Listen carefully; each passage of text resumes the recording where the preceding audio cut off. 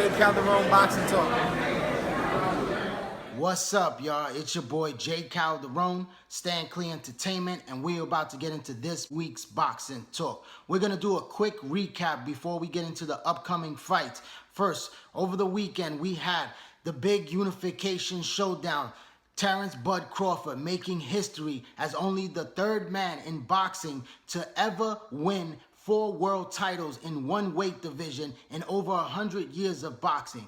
Bernard Hopkins and Jermaine Taylor were the only ones to ever do it, and now Terence Crawford joins that elite group in winning all of the major world titles and also the lineal junior welterweight crown of 140 pounds, not since Constant Sue unified his title back in the early 2000s. Now Terence Crawford is the best in the division, and a lot of people are crowning him the #1 pound for pound best fighter in the world. But I still have Andre Ward at the top of the list, and I put Terence Crawford at #2, but he's closing in fast because this man has now won titles in 2 different weight divisions. He is one of the best fighters in the world today, remains undefeated. He went in there against Julius Indongo, who was another undefeated champion with 2 world titles, coming off 2 back-to-back upset wins. And this guy came in there looking very tense. He was leaning into a lot of Terence Crawford's shots. Crawford looked very poised,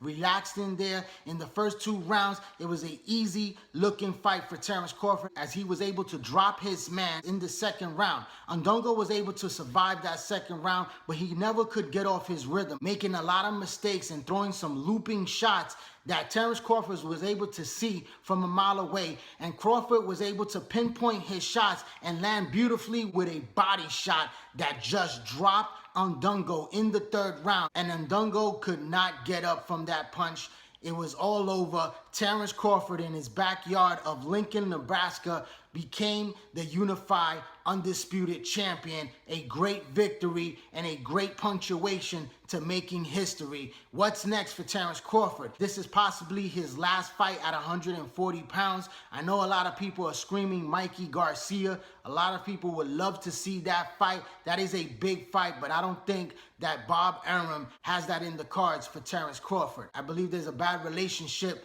because of Mikey Garcia leaving Top Rank that Bob Arum does not want to make that fight. It would be a very big fight, but there's excuses, just like Bob Arum is making excuses for Terence Crawford to fight someone like Errol Spence Jr., which is another big monster fight. He's saying that it has to be a little bit better promoted on Errol Spence's side so he can make this a pay-per-view fight, because it all comes down to how much money are these fights really worth to make these fights very attractive for Bob Arum, the promoter, to risk his top fighter now, who's taking over as the top dog in the stable after Manny Pacquiao is gone as his cash cow. He needs Terence Crawford to be the one to really bring in that star power. You know, he's gonna move up. He's gonna wait for the winner of Manny Pacquiao versus Jeff Horn rematch to get that title shot at welterweight for the WBO title. And then what's gonna happen? Is he gonna continue to feed these guys that he's going to be able to beat easily? Because this was a fight. A lot of people expected, Indongo to be a serious challenge. But once again, Terence Crawford showed that this is just another level to his game. Let's hope that he goes after the big guys like Keith Thurman or Errol Spence Jr., because those are the fights that the fans really truly want to see. Now, coming up this weekend, we have Miguel Cotto, legendary fighter, who's coming to his last 2 fights of his career. He says that he is going to retire at the ending of 2017, and he fights this weekend. A lot of people don't know that he's fighting at the StubHub in California against Japanese warrior Kamegai. Kamegai is a guy that has fought from welterweight to junior middleweight, and this fight is taking place at 154 pounds. Kamegai is a tough fighter with a great chin, and he comes to fight all-action fighter. He looks in tremendous shape, and he's going to really push Miguel Cotto to the limit. Cotto's getting up there in age. He's still training very hard. He's coming off a very long lay of almost 2 years that he hasn't fought. And he's the better skilled fighter. He's the guy with the resume that has always give you thrilling fights. Every time he stepped into the ring, he showed that warrior mentality, that tremendous heart. He has the boxing skills, the better footwork. He has that beautiful jab. Working the body, he's always been a tremendous body puncher, and he's gonna have to use that body attack against Kamegai, because just like Terence Crawford, if you kill the body, everything else will fall. Miguel Cotto has that tremendous left hook that if he's able to land, Kamegai is going to be in some very big trouble. You know, a lot of people are not going to be watching this fight because everybody's going to be eyeing the Mayweather versus McGregor showdown. This fight is going to be on HBO, regular HBO. So a lot of fans should watch this fight because I believe it's going to be a much competitive fight than the McGregor and Mayweather fight, because that fight is not really going to be too competitive. But this fight right here is going to be a slugfest. It's going to be a war, toe-to-toe action between both men. I'm leaning with Miguel Cotto because he's the all-around better boxer with good defense as well. And him and Freddie Roach are a dynamic duel. This is a very good team, and I'm very happy with the work that Miguel Cotto has put forward since joining Freddie Roach. We saw in the fight against Canelo Alvarez, he looked very good, but he was just up against a bigger man that just outweighed him by perhaps 20 pounds. And those punches really didn't have any effect on Canelo Alvarez. Alvarez was able to just control the fight, be the better man that night against Miguel Cotto.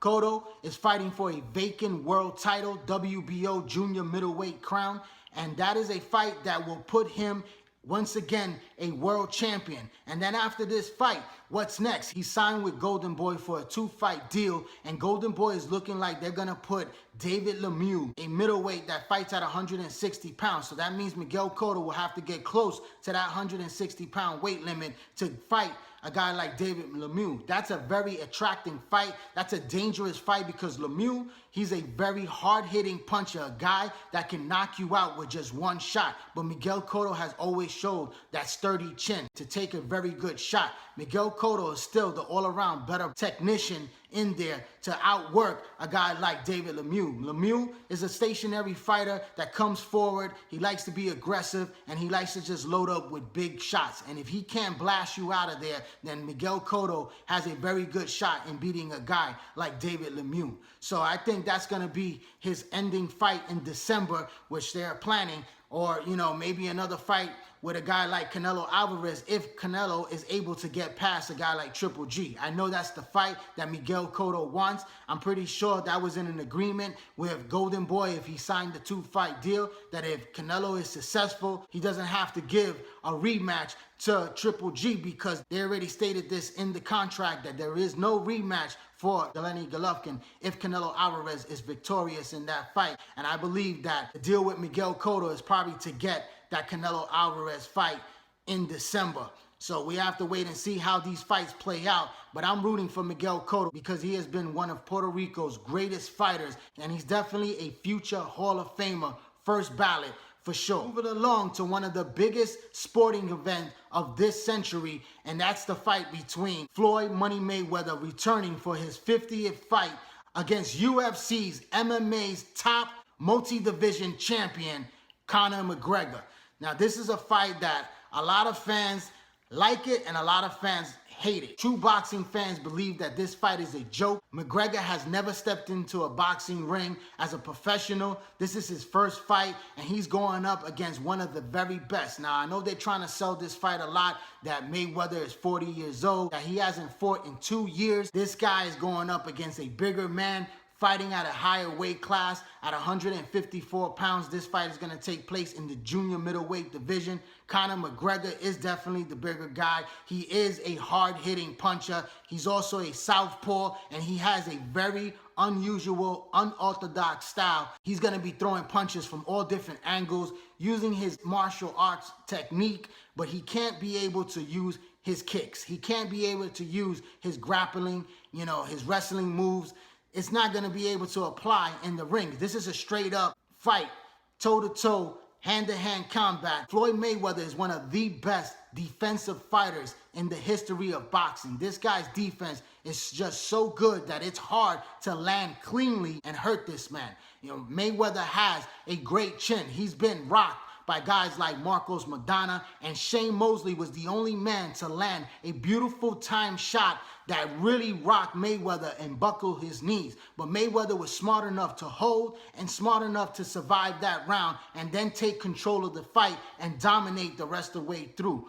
This guy right here, Conor McGregor, is in over his head. I don't care what anybody says. I'm not a Floyd Mayweather fan. You know, in the beginning of this promotion, it was great. It was a great promotional tour. Conor McGregor really sold this tour by being the guy that was the trash talker. He outworked Mayweather in the tour by talking a lot of smack and really getting a lot of people interested in this fight. And it kind of made me want to root for Conor McGregor, the underdog. But I got mixed feelings because I'm a true boxing fan. And to see a guy from MMA come over to my sport and really pull off the monumental upset, crushing blow for boxing, you know, because boxing and MMA has always had this tug of war with each other. And when we saw Holly Holmes come over to the UFC and beat their biggest star in Ronda Rousey, it sent shockwaves, and a lot of boxing fans were truly happy with that victory, seeing one of their boxing champions go over and dominate their biggest star. And this is what has come to right now between Conor McGregor and Floyd Mayweather. Mega event that's on a high scale. I don't think that it's gonna surpass Manny Pacquiao and Mayweather numbers. I don't think it's gonna be a sold out event. Ticket sales are doing very well, but they're not doing great. And pay-per-view is gonna sell big time. I think it's gonna pass Mayweather versus Canelo type numbers, more than 2 million pay-per-view buys, but I don't think it's gonna reach the 4.5 million that Manny Pacquiao and Mayweather set, because a lot of people know that this fight is not truly a really competitive fight. Mayweather's gonna toy with this man. He's gonna use his boxing skills, his hand speed as a quicker, sharper fighter, and he's gonna play with him, but then Mayweather's gonna settle down and he's gonna start picking this man apart with his jab to the body and also those beautiful counter left hooks, those check left hooks that are really gonna hurt Conor McGregor. McGregor has no chance because his defense is not that good. You're probably gonna see him bloody and battered in this fight, like the way Arturo Gatti looked, and then his bombs away for Floyd Mayweather. Will Mayweather carry this man for 12 rounds? Can he knock this man out? Conor McGregor has never been really truly knocked out in a fight. He's been stopped by submission. He might quit in this fight after taking a serious beating. Maybe the corner will step into this fight and call it quits because he's gonna make a very big payday. You know, practically almost $100 million in this fight. And that's a huge payday for Conor McGregor. So, you know, I'm definitely gonna watch this fight. $100 pay-per-view is not worth this fight at all, but you could go to your local bar like I am and just tune in, because a lot of people, UFC and boxing fans, will watch this fight because there is interest in this fight just to see the outcome. Will Conor McGregor resort to frustration and do some crazy antics to really disqualify him in this fight? Let's hope not, you know, even though a lot of people would like to see that, but let's see a very good fight, better than what expected. I want to see Conor McGregor land some beautiful shots and hopefully wobble Floyd Mayweather, but at the end of the day, it's Money Mayweather for the victory win. I think I'm going to be rooting for this guy for the very first time in any boxing match, just because it's boxing and he represents the sport of boxing, something that I truly love. And that's my final recap and fight analysis on the upcoming fights this weekend. Don't forget Miguel Cotto on HBO, definitely going to be much more competitive. I would like to thank everyone for tuning in to this YouTube channel. Please subscribe to this channel, J. Calderon Boxing Talk. Also, follow me on Twitter and follow me on Instagram and join the Facebook boxing group page, or J. Calderon Boxing Talk.